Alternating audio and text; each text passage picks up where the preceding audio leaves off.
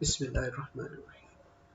In the year 1575, Ivan the Terrible, the Tsar of Russia, mysteriously abdicated and placed someone called Simeon Bekbulatovich on the throne.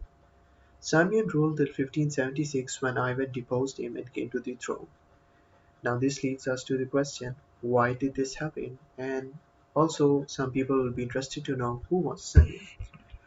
Simeon was a descendant of Genghis Khan on his father's side, and he was the great-grandson of Ahmed Khan bin Kuchuk Muhammad, who was the last Khan of the Tatar yoke, basically the last Tatar Khan who actually managed to force the Russian princes to obey him. After that, nobody could really do that from the Tatar horde. His mother was the sister of Ivan the Terrible's second wife and the daughter of Temur of Kabardia. Russian sources call him Temur Idarovich. He was a very famous and important ally of Ivan the Terrible.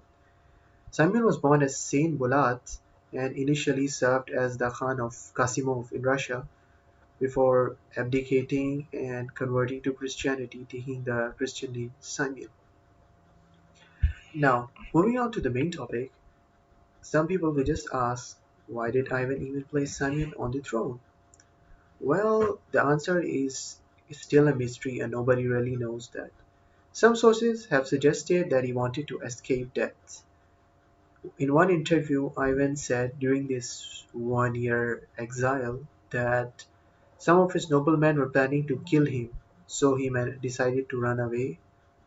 And there was also a very famous talk of the town that an astrologer had predicted that the Tsar of Moscow would die the same year, between 1576 and 75. And so Ivan just wanted to ward off the prophecy from him by placing somebody else on the throne.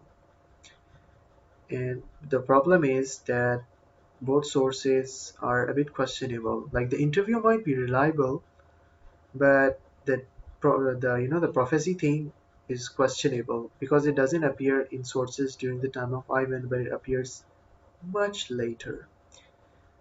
In another interview, Ivan said that Samuel was basically his puppet. He could remove him anytime he wanted to, and he was doing that just to teach the nobility a lesson because whenever he wanted to punish someone from the nobility, the nobleman would just stop him. Some have suggested that he wanted to carry out some controversial stuff like eliminate some opponents with the help of his secret police, and some have even suggested that he wanted to confiscate some church lands and also earn the church support, like he would tell Simeon to take away the lands, then he would denounce Simeon in public, then take the throne and the church would love it.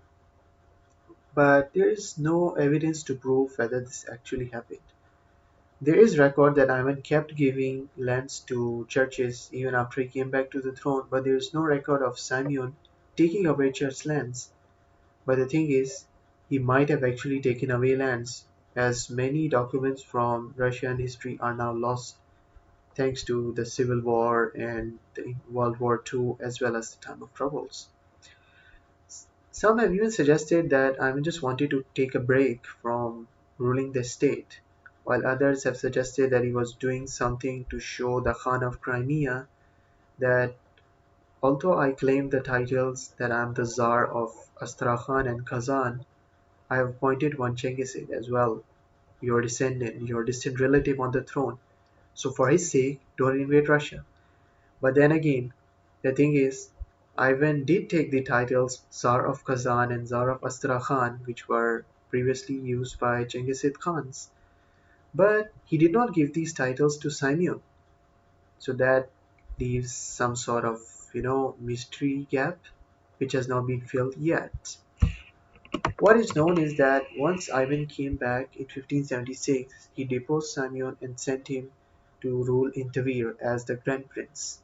Simeon built the tent-roof church there, but during the time of Tsar Feodor, probably because of Boris Godunov, Simeon was stripped of his title as Grand Prince of Tver and he was just exiled to his estate. And then Simeon also became blind or was blinded.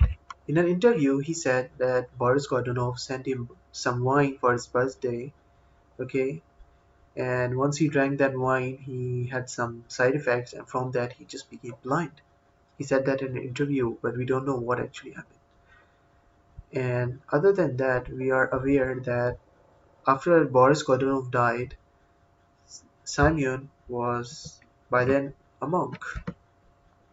Like, not really, but within just a few years, they sent him to the monastery. But why? Answer goes something like this.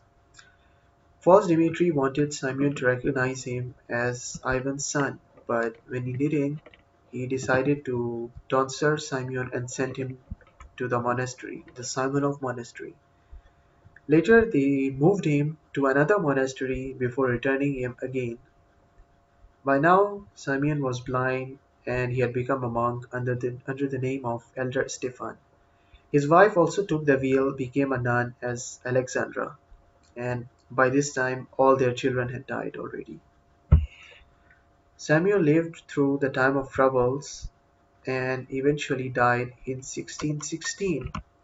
Some say his grave was inscribed with the words "Servant of God Tsar Simeon Bekbulatovich of all Rus."